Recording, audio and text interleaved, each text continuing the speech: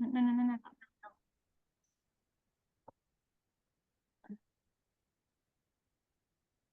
No, hold on. Okay. Okay. Yeah. Hi guys, today I am so excited to have this guest on for the second time. Let's welcome Kimo Kepano.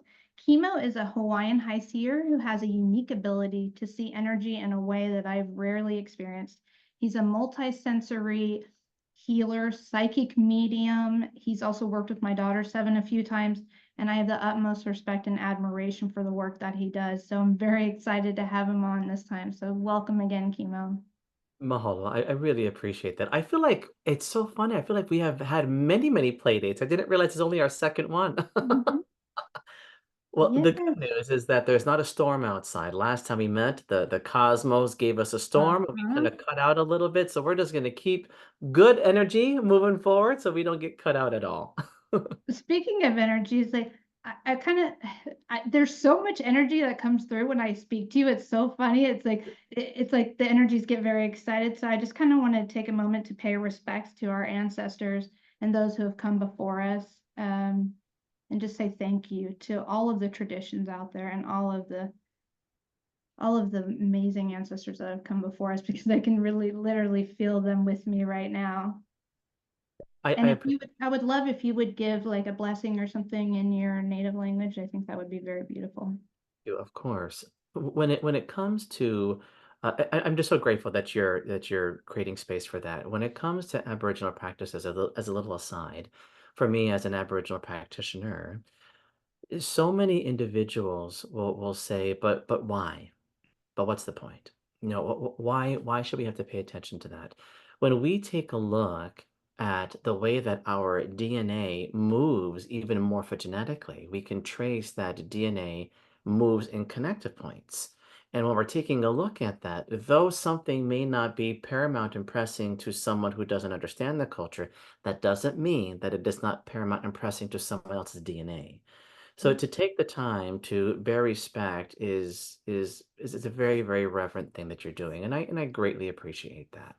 I greatly appreciate that. Um, let's do this. So for the friends of us that are just kind of listening and tuning in, we'll go ahead and we'll just take a moment, a beat, to just kind of tune the mind in, let the mind settle. If you are driving or if you are at home, just be mindful. If you're on the road, keep your eyes open. If you're at home, go ahead and close the eyes for just a moment.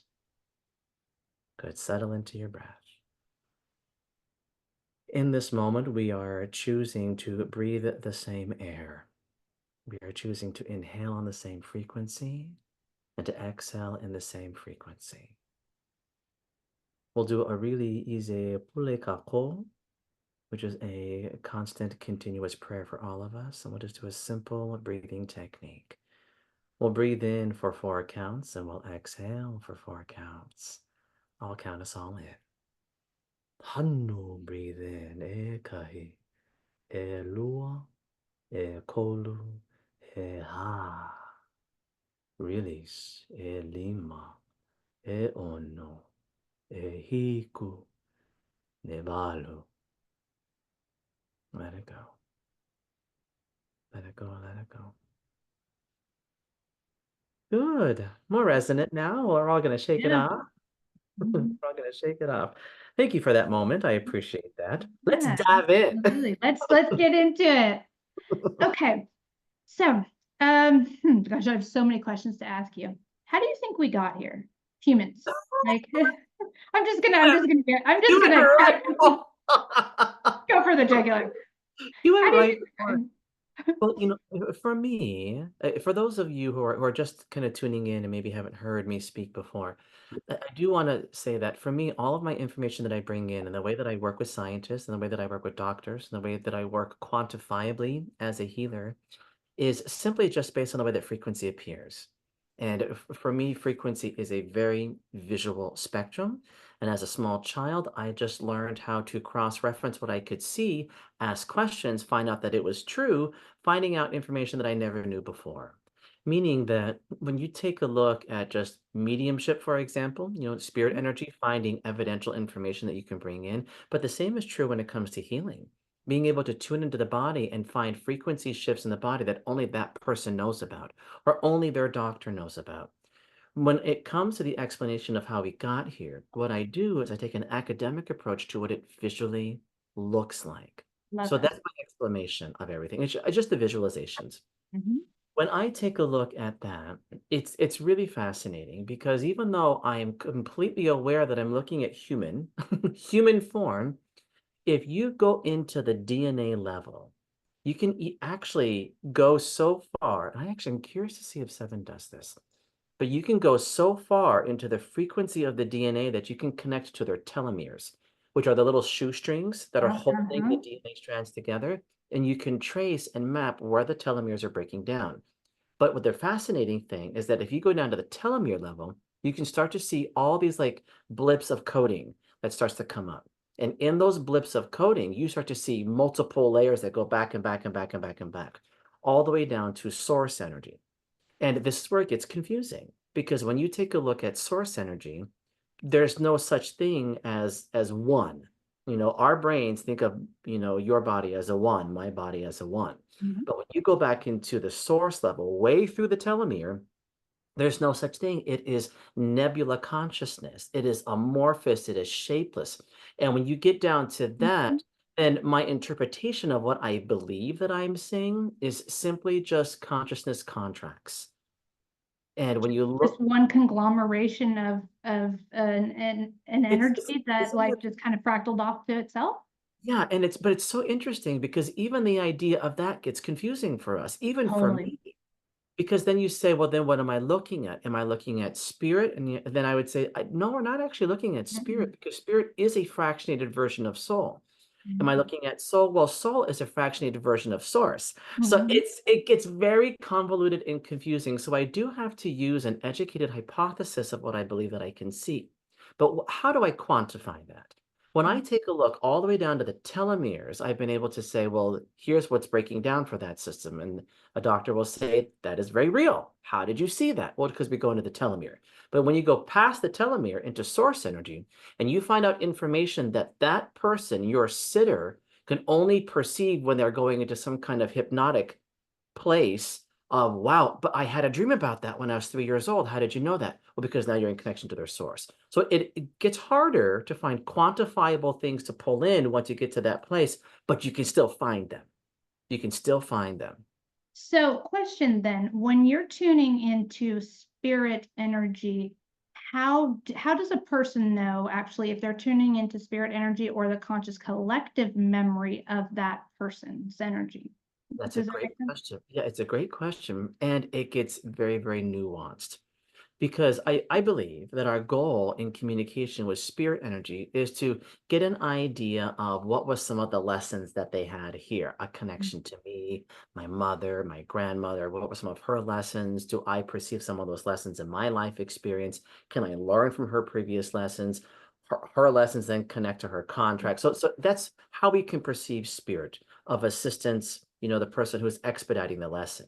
But if we go all the way back down to consciousness, we say, but then who's creating the contract versus, who's expediting the lesson in the contract, but who's creating those contracts? So we go way, way, way, way, way back. And when you take a look at that, it is two parts of the same equation. Yes, I am tuning into the lesson work of the contract of that spirit, but that spirit is in connection to the larger game plan, the larger contract creator. So you are connecting to source energy, but you're also connecting to spirit energy. And I'm not sure if you have seen this in your sessions. I'm going to assume that you probably have.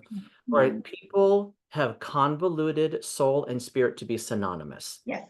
Yes. and they are versions of the same whole, but they are not the Not same the whole. same. Like Mm-mm. planting an apple seed and getting an apple tree. Yep. The apple seed would be an aspect of spirit, but the apple tree would be an aspect of soul contract. That is where it gets confusing. And I really strongly believe that if we are only saying that, well, spirit and soul are the same thing, well, then we have reached the sum of our knowledge, and there is no summit to this information. I'm positive that there are things that I have not been able to perceive yet in my experience, and hopefully one day I will. but those two things are part of the same equation. That's why it's so confusing to us.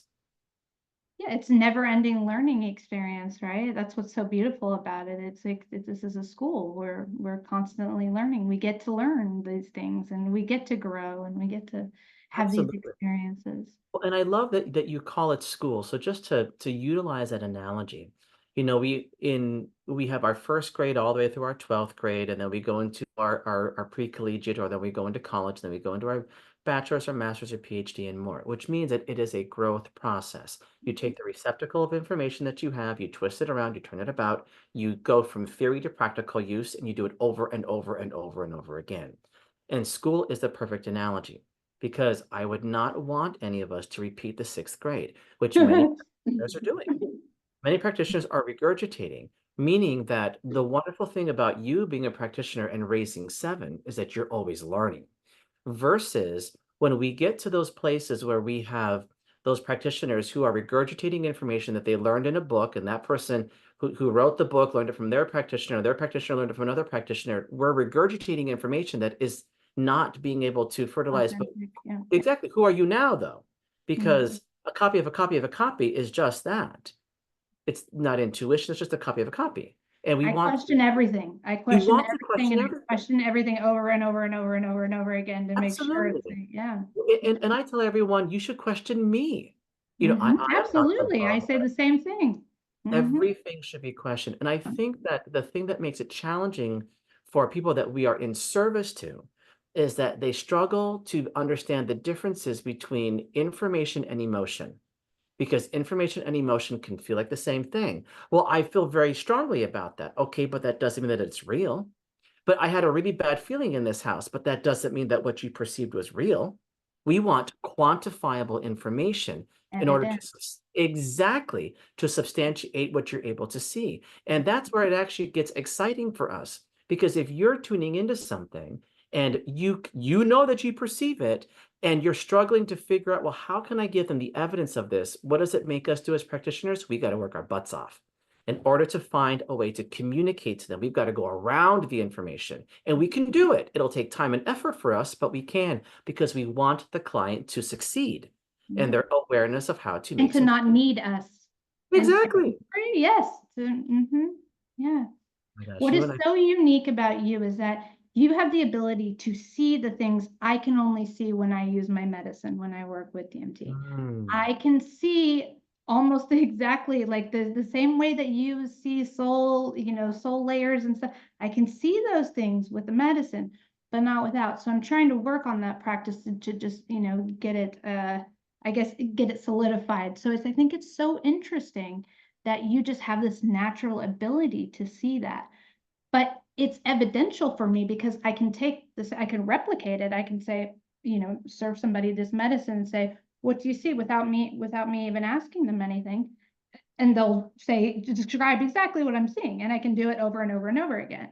yeah, And you can do the same with your experiences if you have people who can see as well. And you've been, with doctors who verify the data that you're seeing too. So I think we're at this really interesting point now in time where we're being taken very seriously, and our gifts are really eh, coming to fruition, and doctors and things like that are looking to alternative medicine and things, energy work, because you're it's, right. yeah. We're at this place where a lot of doctors are getting to that point where they say, we know that certain things are working, but we don't know how they're working. Mhm. For those of people who are curious, who do I work with? I actually never reached out to any doctor or scientist. They found me because of the way that I communicate. So every doctor that I work with and every program that I work with, it has approached me because of what I'm able to do. But I also want to make sure that I say that in a way that doesn't sound like I am the only one, because I am acutely aware that I'm not the only one who does this. Sevyn is learning how to do this right now, learning how to streamline all the things that she can see and perceive and to make them coherent. And she'll continue to do that her whole entire life. Now, when it comes to that, when doctors say to me, we know, Kimo, that this kind of stuff that you're doing works because we can see it work. We just don't know how. And what I strive to do is to remove the like gatekeeping aspect. And I say, okay, so Why don't we think about this in a few different ways? You're already doing things intuitively, but you just don't realize it. So, for Mhm. example, I had a group of doctors in Houston that I was working with, and they said, "But we don't think like you. We need evidence and proof." And I said, "I want you to put all the surgeons in the room."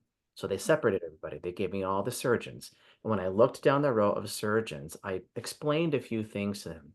I know that every single one of you thinks like this and does this and does this and does this. And they said, "Well, how do you know?"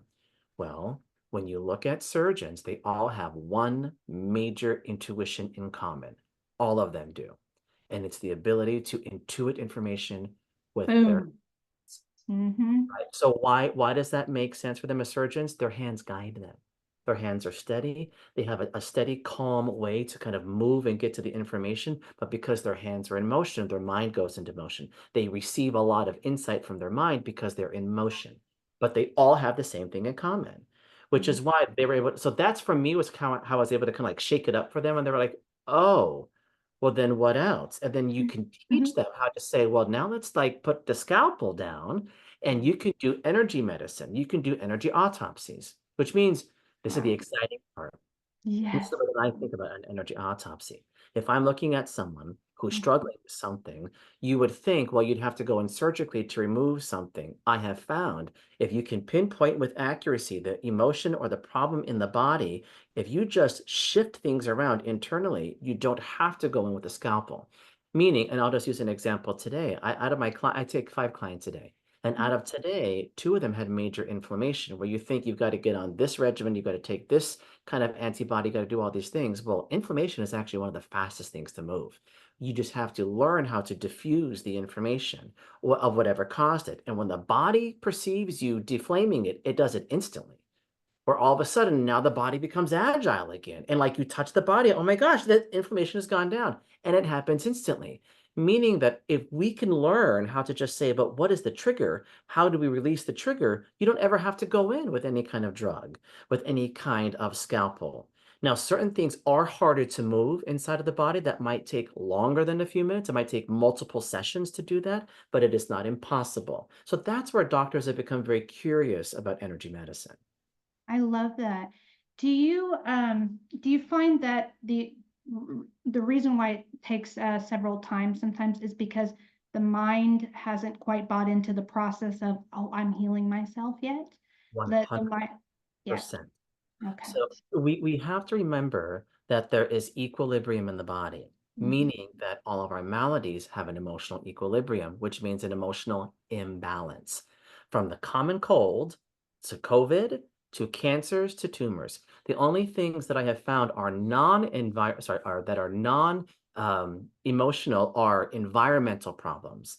You know, being hit by a car or like falling down the stairs. Those are those are environmental problems, non-emotional. Mhm. Now, the problem is that you might fall down the stairs and injure your back, but now you've had a back injury for 20 years. Well, now it is emotional. Yes. So it might have started off as injurious, but now it is actually emotional as well. Because when you can get a client, regardless if you're doing spirit work or blockage removal or medical work or healing work, if you can pinpoint what the emotion is, and if you can get your client to understand the differences between I want to get better versus I'm ready to let go of my belief that I have to be sick. If they get there, healings are fast, which I is give why myself permission to heal. exactly, I give myself permission to heal. I had a client today who I have met with her for over a year and a half, and I Mhm. hadn't seen her in about 6 months. And she showed up today having some sense of blockage. And the very first thing I said to her is, your hip, your left hip, what's going on? She goes, you can see that? And I said, yeah, your left hip is a mess. And she says, I have some stuff going on. Well, she took probably about 15 minutes. We did a little bit of an exercise. We took away the inflammation. She doesn't realize that I was trying to assess the emotion and trying to make some adjustments, but she was ready to let go of whatever was causing it. She thought it was arthritis. The doctors were saying it's arthritis. Well, she shifted it in 15 minutes, and all I do is facilitate. And she walked out. She says, I did all that because she was running around. She was jumping. She says, I don't feel anything. Well, that's because you were in the belief system of being okay to let go of that. And Yeah, that's the change. That's the love it. change. Mhm. I wanted to shift gears a little bit and ask, because I know a lot of my listeners want to know, and Sevyn also wants me to talk about some of these things. What is your experience with extra-dimensional, interdimensional beings, ETs? What is your experiences? Well, so for me, my explanation, I think, well, actually for your listeners, I don't think this will be a shock at all. For Mm, many people, it is a shock, my perspective on that. When it comes to ET, either interdimensional or source ET, and again, we have a problem where we think that ET means in body, but there mhm, are many intelligence that are non-bodied, that will never be in body. mhm, Essentially, those systems are guide systems. Because they themselves, can perceive and project information. And the reason why I call them guide systems is that because they're never bodied, not in human body, they're non-terrestrial, which means that they are extraterrestrial. mhm, So when you receive information from your guide, which for you might be consciousness, but if consciousness is an amalgam of non-bodied information, then technically it is alien. mhm. So all of our guide systems come from there. Now, here's where it gets really exciting for me. When you look at those guide systems, they're all technically extraterrestrial, and they all come from different systems. And everyone's body has a different system of guides, which means they have a different connective point to different extraterrestrial systems.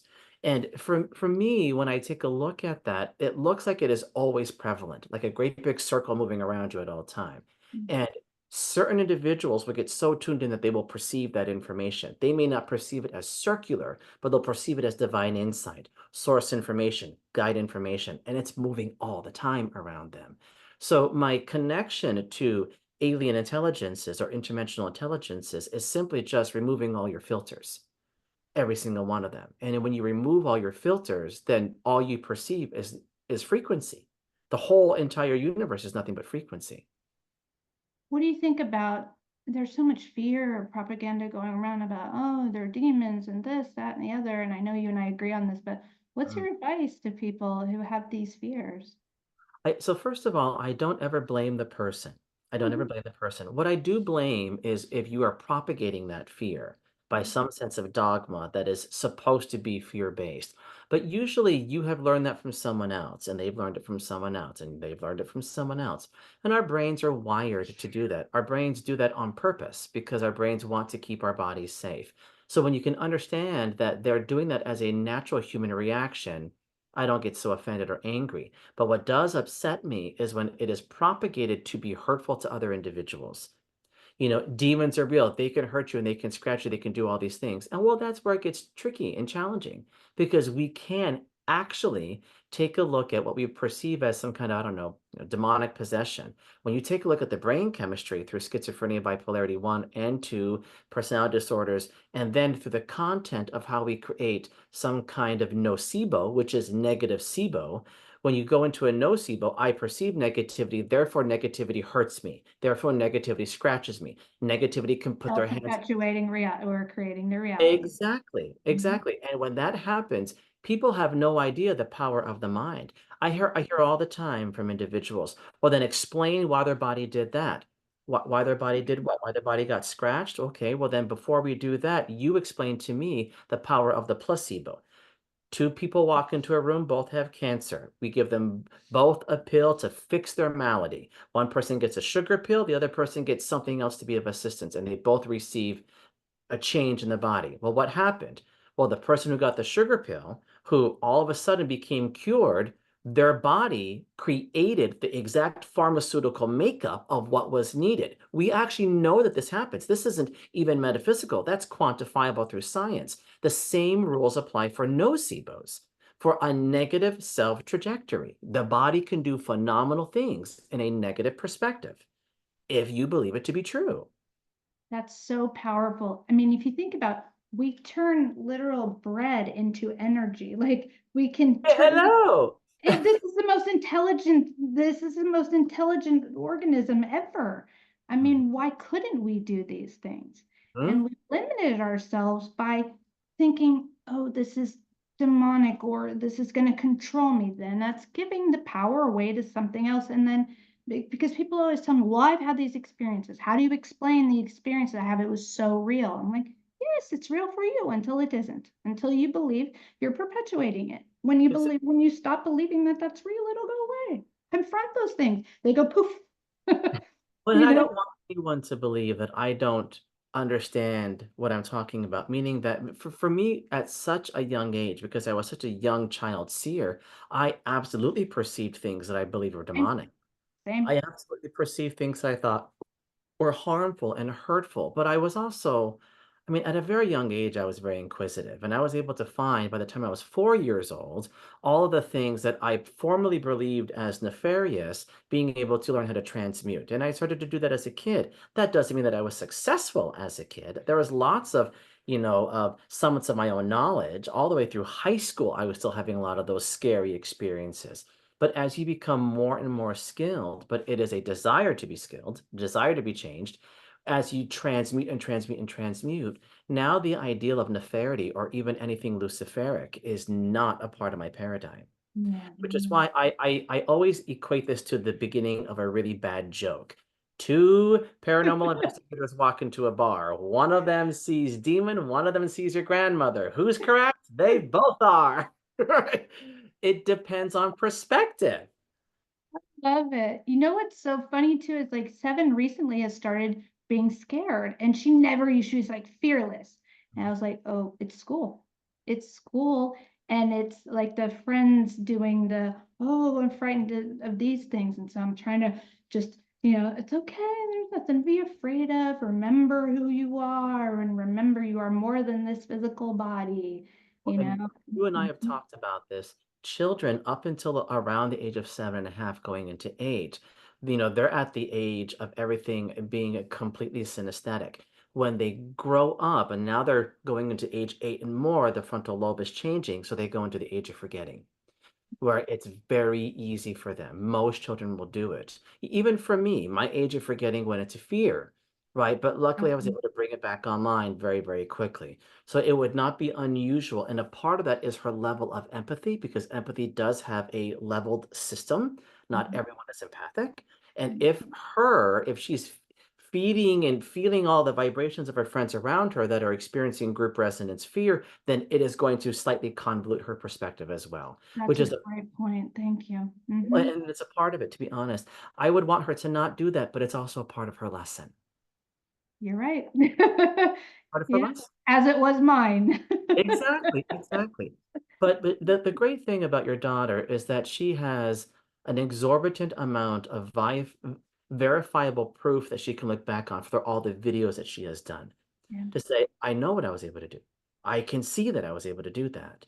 And I can get back to that source as soon as I want. But I'd have to be able to make the choice. And she might choose, and I don't want to put this timeline out there, but she might choose to disengage for a while. We're going through that right now, and I've told her that's okay. Whenever if you decide she just said she wants to take a break for a little bit, and I said okay, absolutely. This Do you? There have been, I'm just trying to think out loud for a second if I should say this. I have seen her in the timelines that are going to blow your mind. They'll blow your mind. But remember, timelines are all contingent on Mhm. choice, Yeah, right? yeah. But maybe you See, and I can talk about that. I've seen them too, so I know what she's capable of, and but I'm not. I don't want to do what my parents did to me, is to put me in a box and say you must do this. So I'm Mm, just like, you do you, sweetheart. I love you, whatever you do. And it seems the more I do that, the more she kind of comes back Good. to who she is. So it's a really beautiful thing. Glad to hear that. Yeah.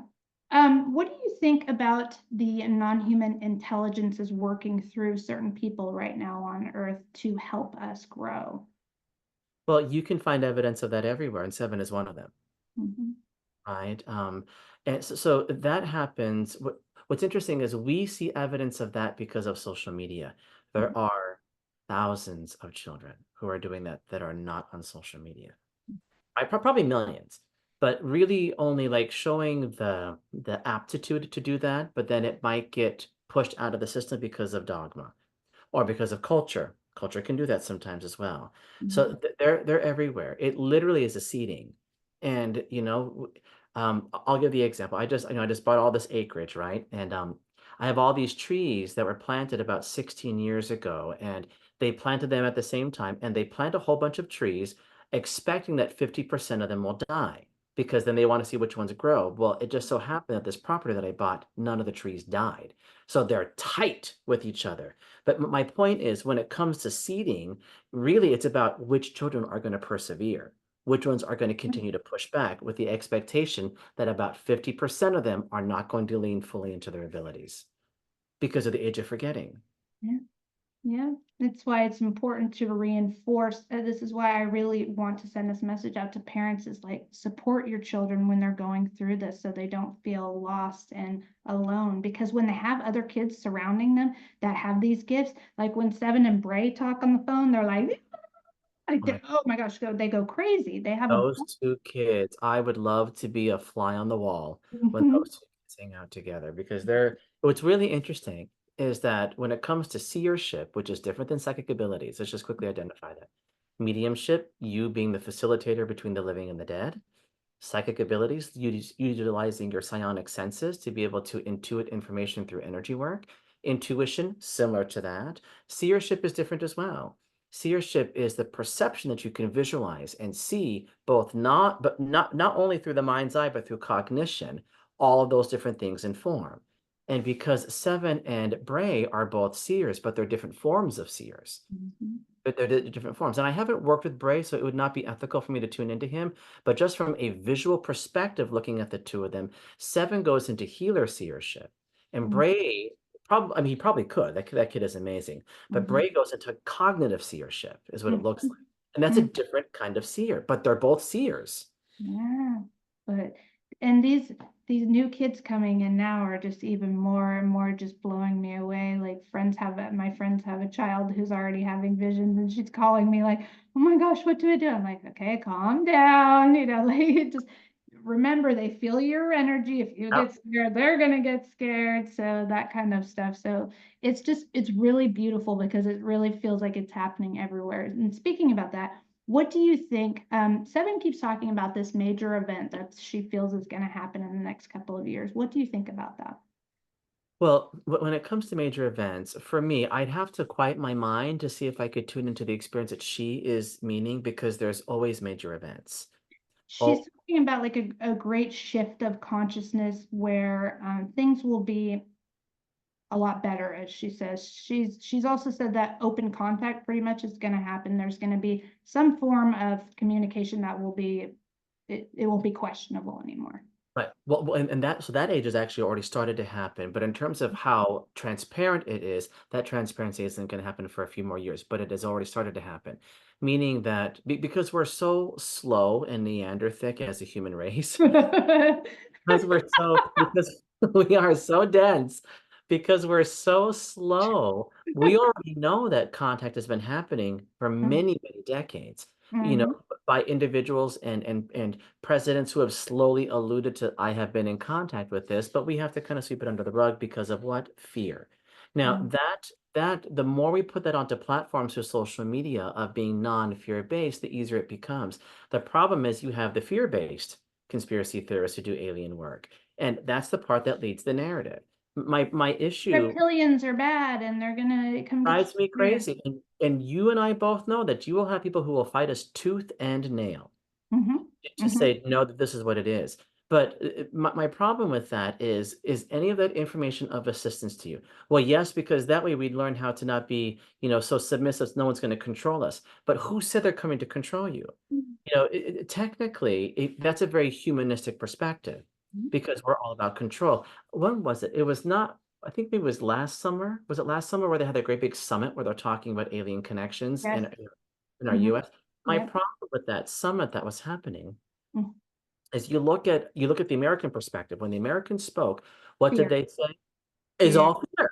They Yeah. said, well, we're trying to get that technology. Why? Because we are the most powerful people in the world. We are the most powerful nation, and we want to be able to utilize this for protection.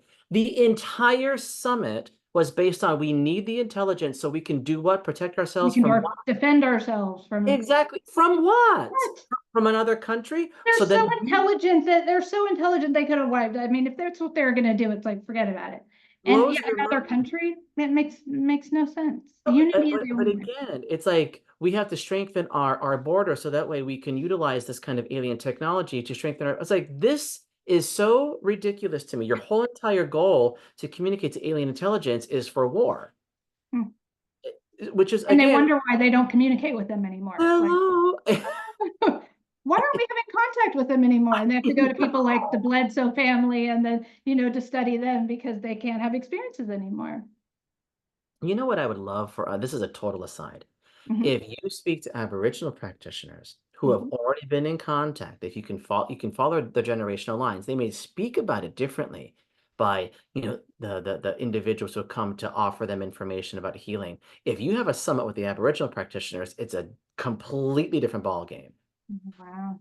It's a completely different ball game. Yeah. And when you speak to them, they speak in smaller circles, Mhm. but they have already been in communication for millennia. But that's not what we're connected to. We're connected to government. Yeah, it's pretty well known. I mean, my friends who live in Peru, it's like, this is normal. They're like, what? Yeah, of course. Absolutely. Absolutely normal. So, um, do you see us coming together into like, do you see things like calming down? Because with all this nonsense with like the Trump pew pew and all of that stuff, like, do you see that settling down?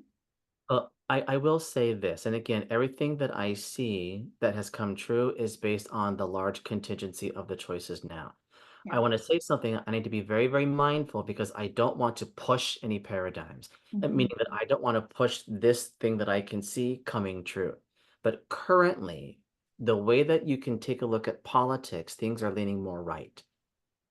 And I don't mean correct. I mean leaning more to the right, leaning more Republican based. And I don't even fault Republicans, but Mhm. but that system is actually more fear-based systems.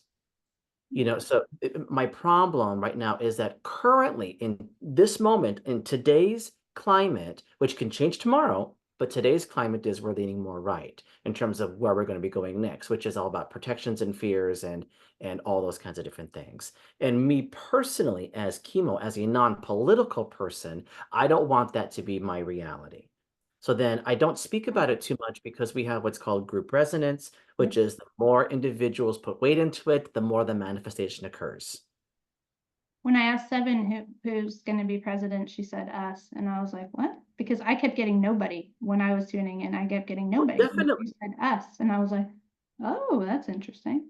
So if you think about that, back that up for a second. When you pay attention to us, I think that both sides are shooken up right now Mhm. with an attempted assassination and then with Biden pulling out. All of Mhm. a sudden we're saying, so then what is going on then? Regardless of what spectrum you're on. And I really hope that it's starting to fertilize and gestate our own self-awareness. Yeah. I hope that it does it. I don't perceive right now that it's going to lean that way and manifest because some kind of red tape is going to kick it and say, well, we have to do something.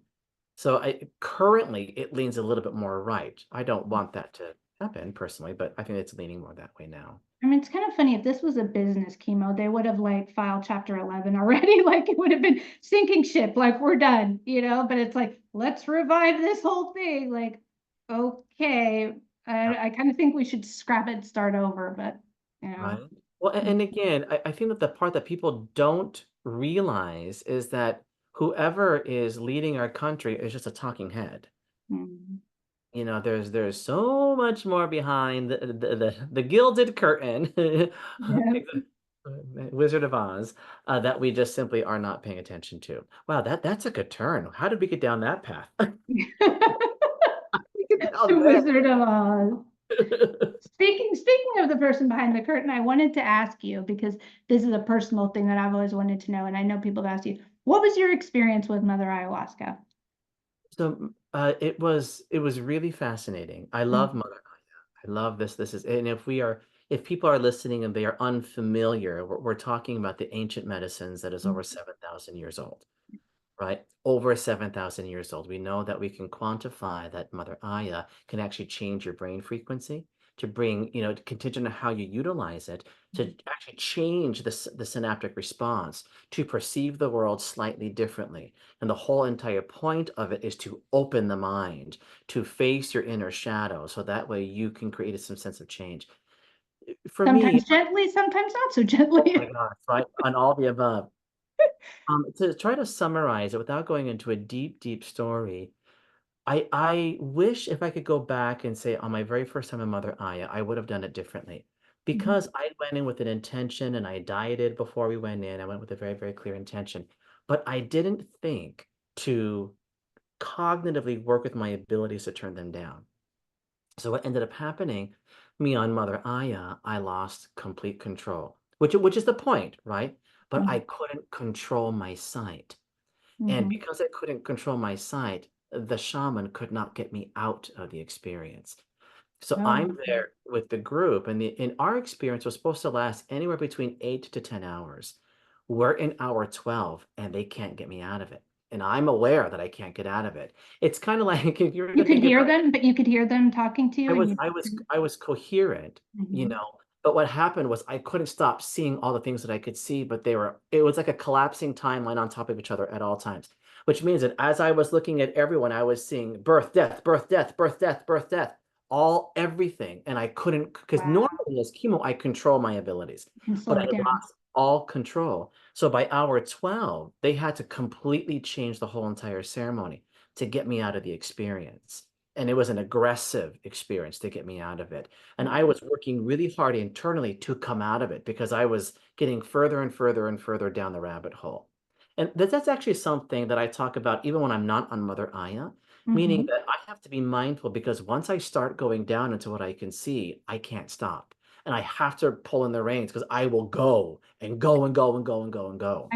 I'm the same. I'm the same way. I have Yeah. to pull myself back because I can get very lost in the whole You get experience. lost in the sauce. So Yeah. in the end, my experience was phenomenal.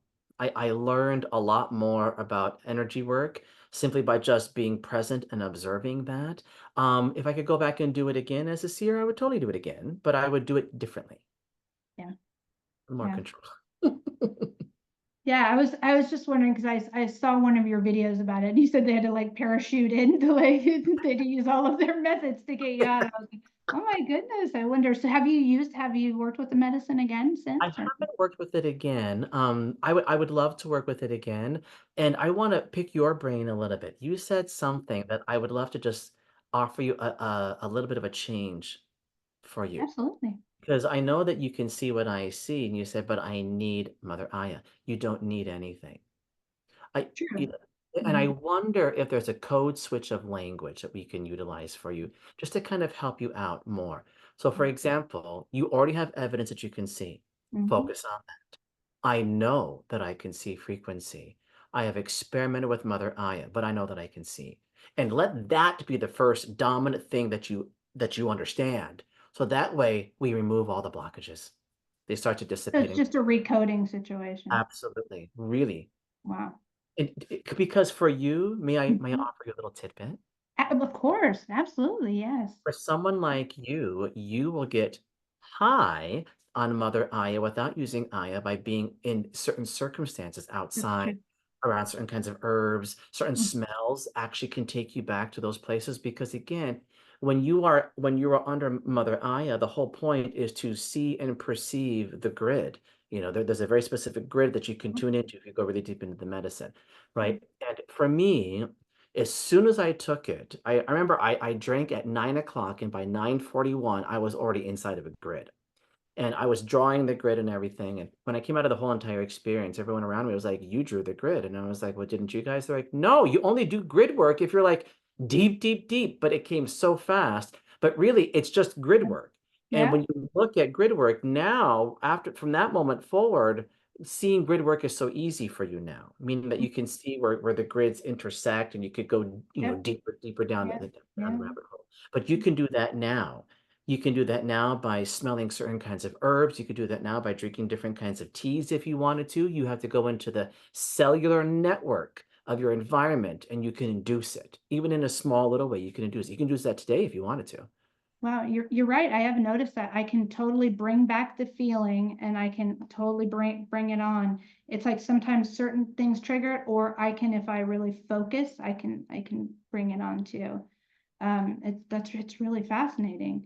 So am I just tuning into my cellular memory of it? And so then I don't technically, not that I need anything, but I It's don't, both. You are tapping into your cellular memory into conscious cellular memory okay, and fold the two pieces together. okay. So, I'll give you an example. When I was under, the very first thing that I could see is what I now call the guide of change. And it visually looked like cumulus clouds moving around every single person. And Mhm, when I was under, because I channeled when I was under, I channeled this very, very large entity that came in, and I channeled the entire 12 hours that I was under, to the mhm. point where where the shaman was asking me questions. Right. So as I was channeling, one of the things that I channeled was this guide of change, and I watched everywhere, and I kept on asking, but what is that? And then this guide of change moves in right before someone has a new thought change, or before there's a new thought that's going to be happening that changes the circumstances of Mhm. everything. And it's around you right now, which tells me I think that you are closer to change than you realize, Wow, much I closer. just got the chills. Right. It's interesting that you rub your right arm because it's technically pulling further over on your right hand side. It's probably just a few feet over your crown, but it's predominantly over here on your right hand side. And when I see that, I already know that a client or a person is about to have an aha moment or an epiphany, but you've got to Wow, lean into it. okay. Yeah, and Spirit's definitely been stripping away things that are not necessary right now for me to have and really shaking things up, like certain relationships that were not, it's just all gone. It's like, Yep. so I'm like, oh, okay, I'm trusting the process, but this is a very challenging time, right? And I want you to trust that process because I have also found, and this is another breadcrumb for all your listeners, when I perceive change, and change happens all the time, whether that's an epiphany change or it's like, our meeting is over, right? Mhm. Change energy moves forward. When someone does not allow change energy to flow through them, it stops in a very specific part of the body. Do you want to know where it stops? In the gut, Close. It heart. stops in the heart. And when it stops in the heart, it does this really interesting pressure-like thing where it starts to create some kind of AFib or some kind of like extra heartbeat or something, which means this happens every single week. Clients come in and they say, there's something wrong with my heart. Doctor did an echocardiogram, put me on the treadmill, nothing is wrong. And I say, where have you had change lately? Well, what do you mean? Where have you come to a crossroad and you said, I take the job or I leave the job. I move or I don't move. I stay in the When you fight it, that causes the extra. divided, it's schisms. When change isn't when it's perceived, but it's not Mhm. received through the body, it stops in the heart. And I have never, ever had a client, and this happens literally every single week, who has come in and said that's not true. If your doctor said nothing is wrong, but you feel pressure and an extra bit of like an anxiety attack without anxiety, that's change. I felt it. I've already felt it. I already know what you're talking about. I was like, what is this? Am I having, like, I literally yesterday was like, am I having a heart attack? What is this? And I asked my guys, they're like, no, it's just energy. And I was like, okay. So now we're going a step further. What Mhm. you're going to do now is, where is my change? What have I not allowed? And what am I resistant to? Meaning, when you make the choice, whatever that choice is, I'm not going to judge it. Whatever you choose, you've got to set the other choices free. If you choose and then go backward, but I could have done it like this, then all of a sudden this comes back again. You've got to set the other ones free. Thank you. That's really great advice and very applicable for a lot of people, what a lot of people are going through right now, because I constantly see on TikTok, everybody's like, right now is so tough with the changes and the Schumann resonance and everything. I'm like, yes, I definitely feel like on a collective level, we are all going through a major de-peeling of the onion, like peeling back of the layers of things that don't serve us anymore. And there's also, I don't know if you've noticed this, but this like coming to the surface, like bad behaviors are really being pointed out, right? Like it's like can't really hide this kind of stuff anymore. So it's really, important that people are being authentic. And I love that. I mean, because it's like, I don't I don't particularly enjoy when Hollywood does these weird things, but like I like that that's being revealed, that these things are being outed and these people cannot continue to do things like that. We're going through the age of authenticity, and it's interesting because some people think that authenticity is telling the truth and being hurtful. That's not authentic, that's being mean. Mhm. People think that the age of authenticity is to call the government out because they're doing evil things. Well, that's not authenticity. That is either conspiracy or anger, which is a valid emotion, but that's not authenticity.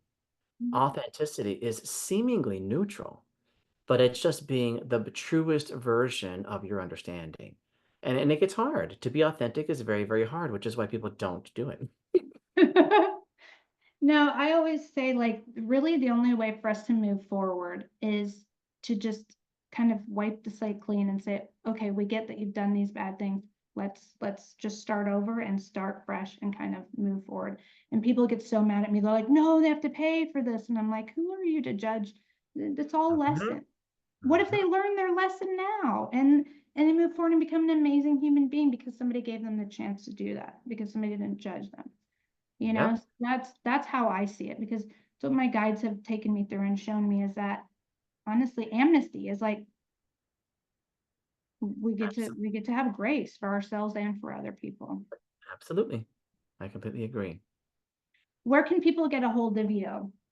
Oh, well, thank you for asking that question. So if you made it to the end of the podcast, I'm so glad that you stayed down our little rabbit hole. So the best way to get in touch with me is to go onto my website, thelightseer.com, where you will have access to all of my social media from TikTok to Instagram to Facebook to YouTube. You will also see that I have session availability. I meet 5 days a week, Monday through Friday. I also have seminars that I teach twice a month that you can log on to.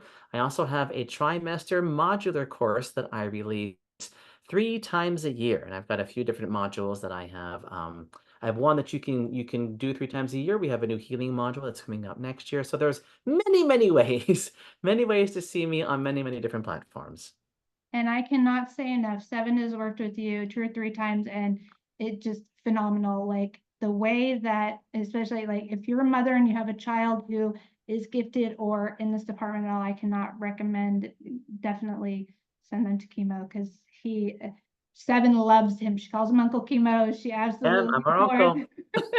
That's my absolutely niece. adores him. Yep, yep, yep. And so what's coming up for you?